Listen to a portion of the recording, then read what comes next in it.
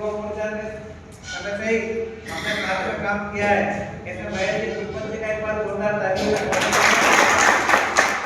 दूसरे मेरे साथ मंडल अध्यक्ष भी रहे और युवा मोर्चा में भी जिनके साथ काम करना सीखा और यूँ कहे कि महामंत्री की भूमिका में लाने में जिनका योगदान था ऐसे पंकज जी पालीवाल जी, इनका भी योगदान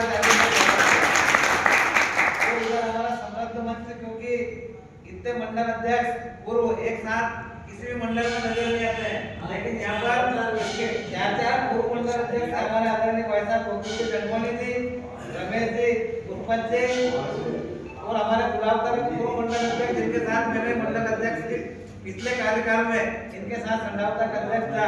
ऐसे कैलाश मेवाड़ा जी, आदरणीय हमारे राधेश्याम जी भाई साहब और इस कार्यक्रम की जो आज यहाँ संपन्न होने जा रहा है इसके प्रभारी भी है और इस मंडल के एससी मोर्चा के मंडल अध्यक्ष जी ऐसे गोलू जी वाल्मीकि जी का बनने के लिए और हमारे मंडल अध्यक्ष जो कि पार्टी के साथ ही समाज के जो घटनाक्रम होते हैं उनकी चिंता करते हैं और छोटी छोटी चीजें जो गलत होती है उनका भी जनता को बताने का प्रयास करते हैं, जो सही होती है उसका भी व्याख्यान देने का काम करते हैं पत्रकारिता के माध्यम से। ऐसे भाई साहब मोहम्मद पुष्पन जी का भी जोरदार तालियों से स्वागत है।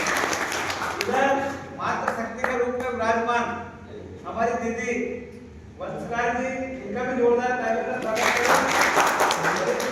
हमारे नेता रामनाथ जी पुष्पन जी का तालियों से स्वागत करें। महामंत्री रमेश जी, भगवंत जी और बाबूलाल जी अहिरवाल जी का स्वागत करें और इस कार्यक्रम के हमारे कोने की प्रत्येक गतिविधि को संचालित करने के लिए हमारे बाबा साहब भीमराव अंबेडकर जी ने और संविधान सभा के द्वारा जिनको प्रारूप समिति का अध्यक्ष बनाया गया था और संविधान सभा के अध्यक्ष थे राजेंद्र प्रसाद जी, जो बाद में राष्ट्रपति सर्वप्रथम भारत के बने।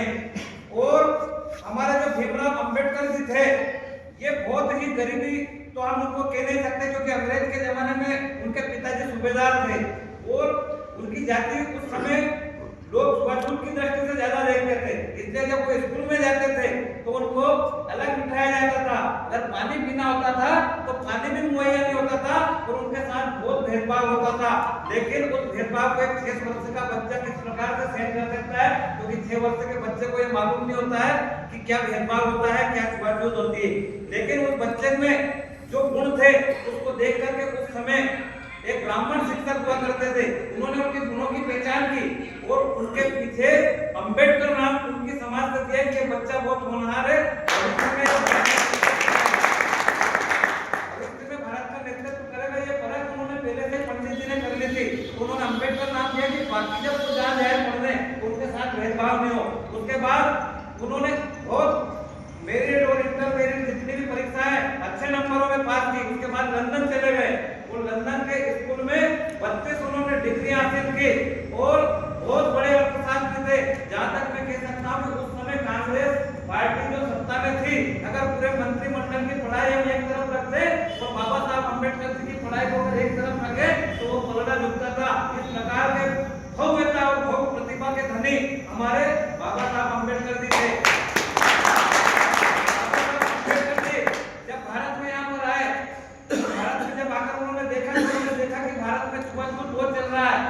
माता बहनें जो हमारी है उनको बराबरी का सम्मान भी दिया जा रहा है। अंतिम पंक्ति के जितने भी लोग हैं जो हमारे दीनदयाल जी उपाध्याय सपना देखते थे, उसी लिंग के तमाम सपने बाबा साहब के हुआ करते थे और वो समाज को एक अग्रिम श्रेणी में जो पीछे दबे पीछे लोग हैं इनको अग्रिम पंक्ति में खड़ा करने का भाव उनका था। लेकिन जब संविधान सभा में उनको लेने की बारी आई तो सबसे पहले जब वो संविधान सभा के सदस्य बन गए तो पाकिस्तान और भारत में जब बंटवारा हुआ तो जहाँ से वो सदस्य बने थे वहाँ हिंदू बाहुल्य क्षेत्र को काट करके पाकिस्तान में जोड़ दिया गया और उनकी सदस्यता को समाप्त कर दिया गया। ये हम सब जानते हैं। उसके बाद हमारे हिंदू सेना के जो उस समय के सदस्य थे उन्होंने पुणे से इस्तीफा लिख दिया और इस्तीफा देकर के और उनको पुनः संविधान सभा में उनकी वापसी कराई और फिर उनको प्रारूप समिति का अध्यक्ष बनाया गया और 1950 में 26 जनवरी के दिन पूर्ण रूप से संविधान को भारतवर्ष में लागू किया गया। और जब ये संविधान भारत में लागू हुआ, जिसके पहले संविधान सभा होती थी और जो संविधान सभा थी उसी को लोकसभा की दृष्टि से काम करने का 1950 तक मौका मिला। फिर 52 में जब 1952 में चुनाव हुए और जब 52 का चुनाव लोकसभा के हुए तो उनको जब चुनाव वो लड़े, उनका जो पीए नारायण राव काजरोलकर थे उनको नेहरू जी ने तोड़ करके उनके खिलाफ चुनाव लड़ा करके उनको हराने का कृत्य भी अगर किसी ने किया था तो वो कांग्रेस ने किया था। उसके बाद जब 1956 में पुनः चुनाव हुए, जो उनका मरणासन का कार्यक्रम भी वो था, उस समय भी इन्होंने पुनः नारायण राव काजरोलकर को हरा करके चुनाव हराने का प्रयास अगर किसी ने किया है पंडित जवाहरलाल नेहरू की सरकार ने, जो उस समय कांग्रेस के राष्ट्रीय अध्यक्ष भी थे और इस भारत के प्रधानमंत्री भी थे, उनके ये कृत्य देश कभी माफ नहीं करेगा। आप सबको पता होगा कि जब हमारे संविधान को बनाया गया तो संविधान में 105 बार संशोधन हुए हैं और 105 बार जो संशोधन हुए हैं उसमें से अपनी सरकार को बचाने के लिए या अपनी सरकार को पोषित करने के लिए अकेली पंडित जवाहरलाल नेहरू, इंदिरा गांधी और राजीव गांधी और उनकी जो कुछ सरकारें थी जो उनके आशीर्वाद से प्रधानमंत्री बने थे, उन्होंने 75 बार इस संविधान में संशोधन करने का कृत्य किया है उनकी सरकार को बचाने के लिए। जबकि हमारे अटल बिहारी वाजपेयी जी के कालखंड में 14 बार संविधान में संशोधन हुए, 9 बार हमारे जनता की जो सरकार थी जनता पार्टी की उसमें संविधान में संशोधन हुए, मात्र 8 बार हमारे 10 से 11 सालों में नरेंद्र मोदी जी की सरकार ने संशोधन किया है। और वो संशोधन किस प्रकार के किए हैं, उन्होंने देश में यूसीसी लागू करने का प्रयास किया, उसमें भी किसने रोड़ा लगाया, आप सबको पता है। समान नागरिक संहिता देने का काम संविधान में संशोधन करके और एक जो हमारे एससी के बंधु है, हमारी माता बहनें हैं, चाहे अल्पसंख्यक हैं या हिंदू वर्ग है, एक कानून बनाने का प्रयास किया जा रहा है। देश में अगर एक कानून होगा तो सबके साथ एक समान व्यवहार किया जाएगा। आप सबको पता होगा जब बाबा साहब ने संविधान बना दिया तो संविधान वो पवित्र ग्रंथ है जो हिंदू धर्म में हम रामायण को मानते हैं, मुस्लिम धर्म में कुरान को मानते हैं और ईसाई धर्म में बाइबल को मानते हैं, लेकिन देश के 1 करोड़ 40 लोग सिर्फ संविधान को मानकर और संविधान के द्वारा चलने का प्रयास करते हैं। आपको पता होगा जब हमारा हैदराबाद में बैठा हुआ ओवैसी कहता है कि हम शरीयत से चलने का प्रयास करेंगे, तो जब देश में संविधान बाबा साहब ने लागू कर दिया है और हिंदू मुस्लिम सिख ईसाई जब सब संविधान से चलना चाहते हैं तो ये कांग्रेस क्यों मुंह नहीं खोलती है कि अब देश संविधान से चलेगा, शरीयत से नहीं चलेगा। क्योंकि देश जब संविधान जैसा पवित्र ग्रंथ जिसको हम सब में रामायण, गीता, बाइबल, कुरान सबके ऊपर अगर हम आज मान सकते हैं तो हिंदुस्तान में संविधान को मानते हैं। वो संविधान किसने लिखा, बाबा साहब भीमराव अम्बेडकर ने लिखा।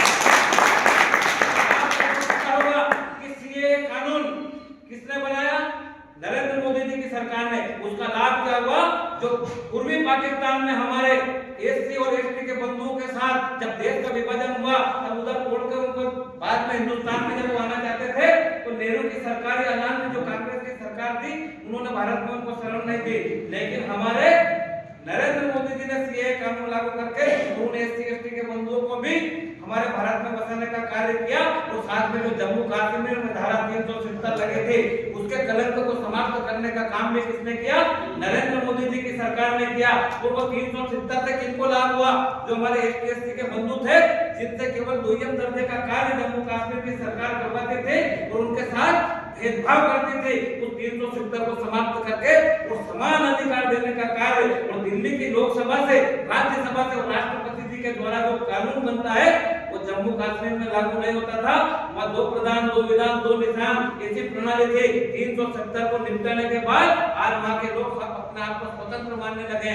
इस प्रकार महिलाओं को आरक्षण देने का कार्य ऐसे 8 संशोधन नरेंद्र मोदी जी ने किए हैं जो समाज के निचली पंक्ति में जो थे उनको अग्रिम पंक्ति में लाने के लिए मात्र 8 संशोधन किए हैं। 75 संशोधन अगर कांग्रेस करती है और उसके बाद कांग्रेस के नेता या अन्य दल के जितने भी नेता कहते हैं कि अगर भारतीय जनता पार्टी मजबूती से आ जाएगी तो संविधान ही खत्म कर देगी। अरे संविधान तो भारत की आत्मा है जो बाबा साहब अम्बेडकर जी ने लिखा है और हमारे देश की 1 अरब 40 करोड़ जनता के प्राण उस संविधान में बसते हैं। भारतीय जनता पार्टी तो संविधान के आधार पर ही लोकतंत्र जब बना है तो ये संविधान के आधार पर बना है और एक भारत पहला राज्य है, देश है जो गणतंत्र देश हमारा बना है। गणतंत्र देश किसे कहते हैं मैं इसके बारे में भी थोड़ा सा आपको बता देता हूँ। गणतंत्र होता है जहाँ का जो देश का सेवक होता है वो भी चुना जाए और जो शासन का सेवक होता है वो भी चुना जाए। हमारे यहाँ राष्ट्रपति बनते हैं तो वो चुनकर जाते हैं और हमारा प्रधानमंत्री जी बनते हैं वो जनता से चुनकर जाते हैं। इस प्रकार से गणतंत्र का देश भारत के तहत आज भी ब्रिटेन के अंदर महारानी जो होती है वो देश की प्रमुख होती है, बाकी जो चुनकर आते हैं वो प्रधानमंत्री होते हैं। इसलिए हम सबको मानना पड़ेगा कि जो संविधान की दिशा में आज भारत आगे बढ़ रहा है और नरेंद्र मोदी जी के नेतृत्व में जो अमूलचूल परिवर्तन अगर छोटे छोटे किए जा रहे हैं तो वो सिर्फ देश की जनता को लाभान्वित करने के लिए किया जाता है। और भारत का संविधान चाहे कार्यपालिका हो, विधायिका हो या न्यायपालिका हो, तीनों को संचालित करता है। और संविधान के माध्यम से एक एक कार्य नरेंद्र मोदी जी की सरकार कर रही है और कांग्रेस पार्टी संविधान के खिलाफ बातें करती है, जिन्होंने संविधान को कभी स्वीकार नहीं किया। और इमरजेंसी जैसी लगा करके इंदिरा गांधी के कालखंड में हमने देखा होगा पत्रकारों पर पाबंदियां लगा दी, जो आवाज उठा रहे थे उनको जेल में डाल दिए और कई मिसाबंदी उस समय निकले थे। इस प्रकार की यातनाएं उस समय संविधान को नहीं मानते हुए कांग्रेस ने इमरजेंसी लगा करके दी थी।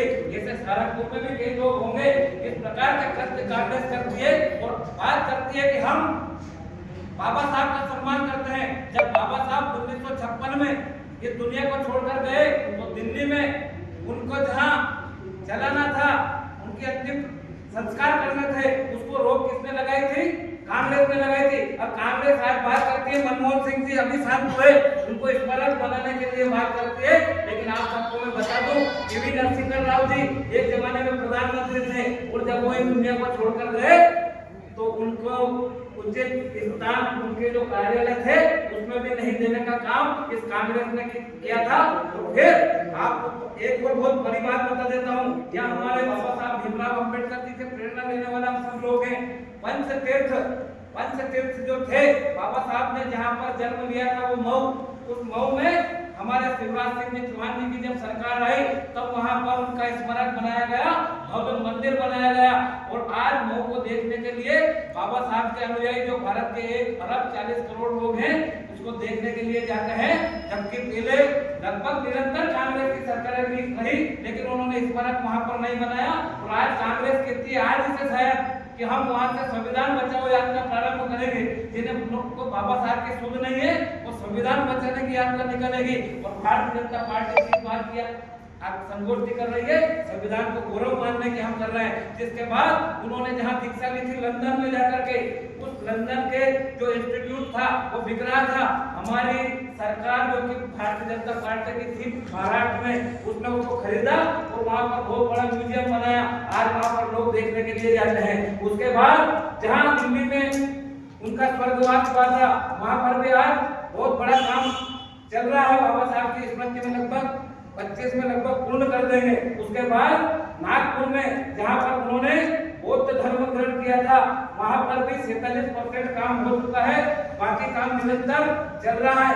उसके बाद उन्होंने जितने भी उनके स्थान थे उन पर भारतीय जनता पार्टी ने अमूलचूल परिवर्तन किए। उनका सुप्रीम कोर्ट के अंदर भी अगर किसी ने स्टैच्यू लगाया है तो भारतीय जनता पार्टी ने लगाया है।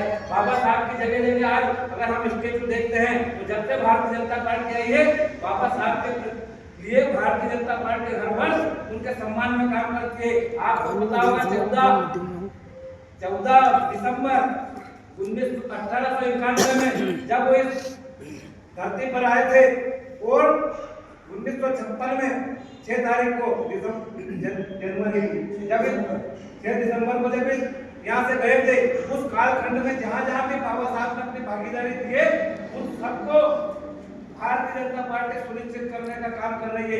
मैं इतनी बात इसलिए कर रहा हूँ क्योंकि कांग्रेस हमेशा बरगलाने का काम करती है और तोड़ने का काम करती है। कांग्रेस के राहुल गांधी जी संविधान की किताब को हाथ में लेकर के लोकसभा में बताने का काम करते हैं। लेकिन आप सबको बता दूं कि संविधान के प्रथम पृष्ठ पर भगवान रामलला सरकार की तस्वीर को बाबा साहब ने लगाया है। तो हमने पहले लड़ाई लड़ी, जिसके बाद कांग्रेस के कालखंड में भी सुप्रीम कोर्ट से हमने लड़ाई लड़ी और नरेंद्र मोदी जी के कालखंड में उस संविधान के प्रथम पृष्ठ का सम्मान हुआ। भगवान रामलला सरकार को अयोध्या में विराजमान किया गया है। ये बाबा साहब के जितने भी सपने थे वो सारे पूरे करने का काम नरेंद्र मोदी जी की सरकार कर रही है। या 4.5-5 साल जब अटल बिहारी वाजपेयी जी की सरकार थे तब उन्हें भारत रत्न देने का काम भी अगर किसी ने किया था तो भारतीय जनता पार्टी की सरकार ने किया था।